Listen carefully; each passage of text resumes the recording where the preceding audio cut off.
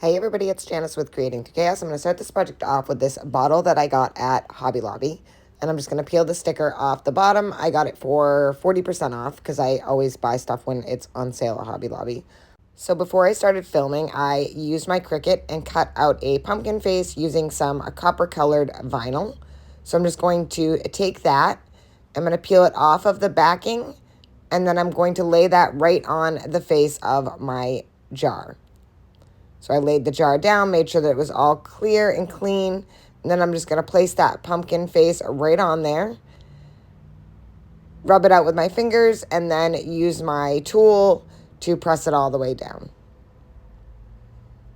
Making sure I get around all those corners so that when I peel up the transfer paper that it doesn't peel up my design. So I'm just going to slowly peel that off. And I just love the way these two colors look together, the brown and the copper. I think it's beautiful. So once I had those on there, I'm going to take some twine and I'm just going to put a little dab of glue on the back side of the jar, right on the neck of it.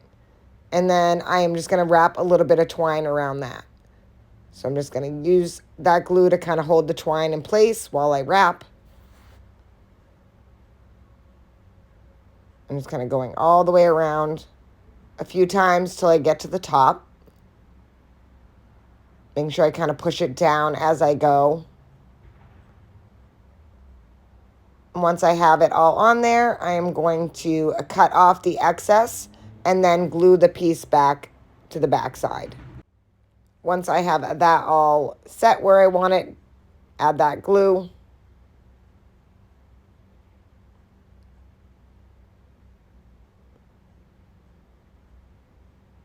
And look at how cute this is so far. Next, I'm going to take some florals that I got at Hobby Lobby. And I'm just taking and cutting off the ends. And then I'm going to glue those right to the top of the bottle. So I had these pretty leaves.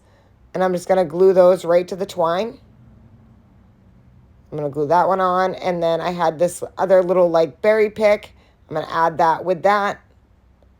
Just kind of hold those in place until they are adhered. And then finally, I'm going to take and add a raffia bow that I made. And I'm going to put that right over those stems to kind of hide them. Put some hot glue on there and then put that bow right on top of there.